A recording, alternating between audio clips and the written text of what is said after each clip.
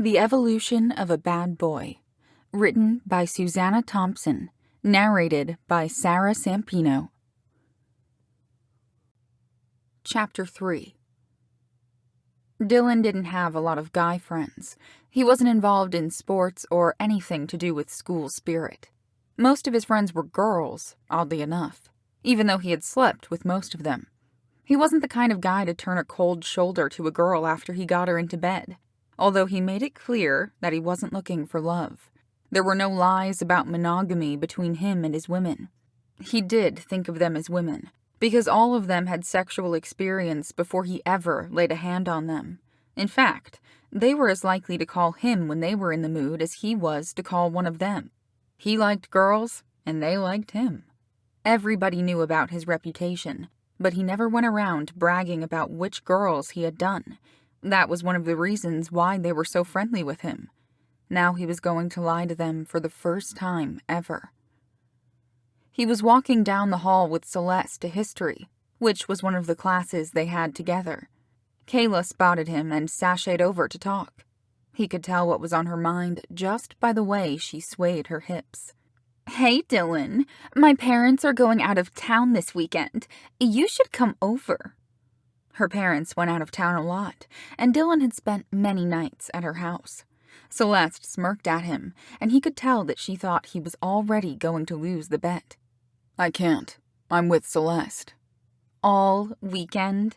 Kayla asked, with a suggestive smile that told him she was open to spending some alone time with him. "Yes, she's my girlfriend." He slung an arm around Celeste's shoulders. Kayla's smile dimmed. "Your girlfriend?" "Yes," Celeste confirmed. "I'm his girlfriend." Kayla ignored her as she stared at Dylan. She was beginning to look upset, and she spun around and took off without another word. Celeste tried to shrug him off as they resumed walking to class, but he tightened his grip. "You're not getting cold feet now, are you, girlfriend?" Dylan challenged. In answer, she hooked her arm around his waist and smiled falsely at him. His smile was real, because he knew that he was going to win. Her stipulation that he pretend to be her boyfriend required a show of affection from her, too.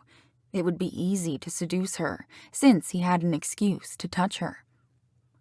Her presence was going to cause problems with his other women, if Kayla's reaction was any indication.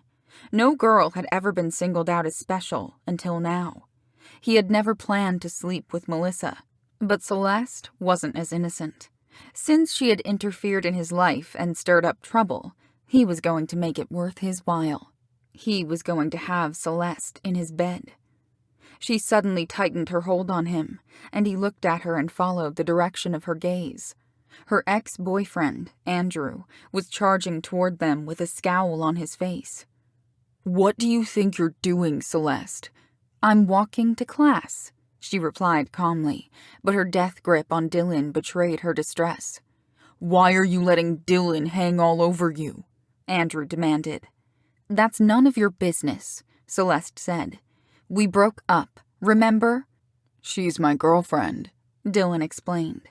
Andrew laughed derisively. "Since when do you have girlfriends?" "Since you were stupid enough to lose Celeste," Dylan told him. Andrew glared at him.